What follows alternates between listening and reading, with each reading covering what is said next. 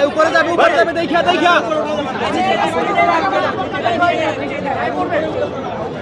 কালকে আমরা যে আন্দোলন করছিলাম, আমরা সিদ্ধান্ত নিয়েছিলাম যে আমরা শ্যামলীর দিকে আগাবো এবং আমরা শ্যামলীর দিকে আগাতেও পারিনি। ইন্টারকন্টিনেন্টালের সামনে যেতে যেতেই পুলিশ আমাদের আটকায় এবং আমরা সম্পূর্ণভাবে তা মেনে নিয়েছিলাম। পুলিশ যেখানে ব্যারিকেড দিয়েছিল আমরা তার সামনে বসে শান্তিপূর্ণভাবে আন্দোলন করছি।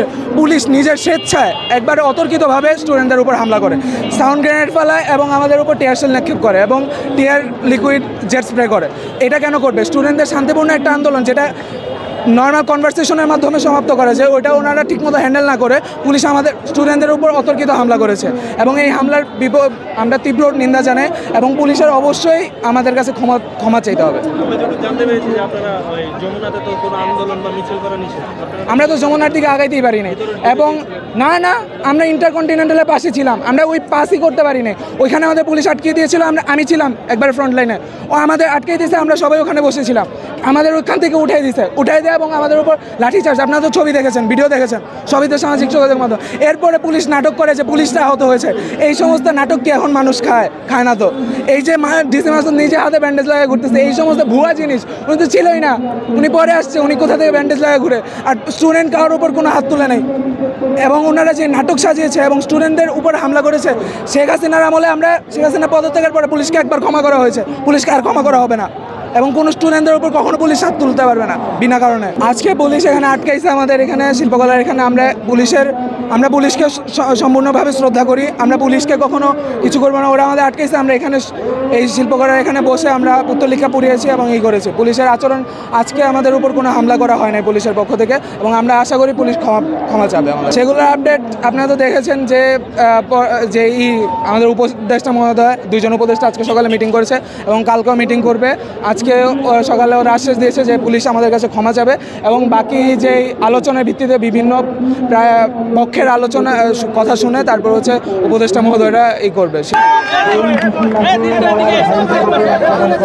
আমরা যেমনটি দেখছি রমনা জোনের ডিসি মাসুদ আলম গতকাল হোটেল ইন্টারকন্টিনেন্টাল মোড়ে শিক্ষার্থীদের সাথে যে সংঘর্ষ ঘটনা ঘটে, সেই ঘটনায় কিন্তু রমনা জোনের ডিসি মাসুদ আলম তার কুশপুত্তলিকায় পেট্রোল ডালা হচ্ছে এবং শিক্ষার্থীরা যেমনটি বলছেন তারা ডিসি মাসুদ আলমের কুশপুত্তলিকায় তারা দাহ করবেন।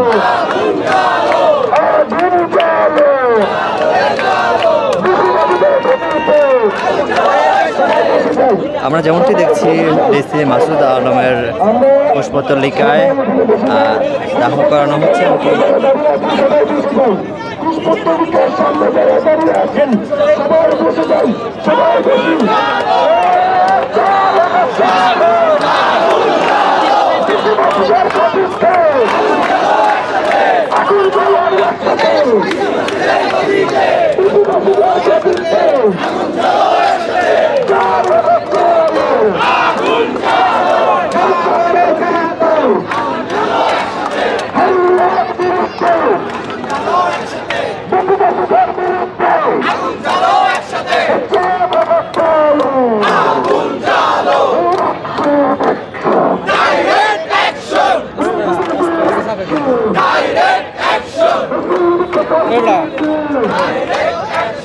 পিছনে লাইট টাকার যমুনা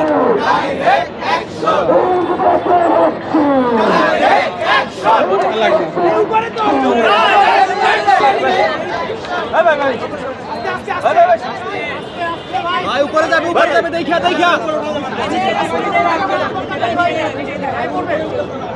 উল্টায় দেন আমার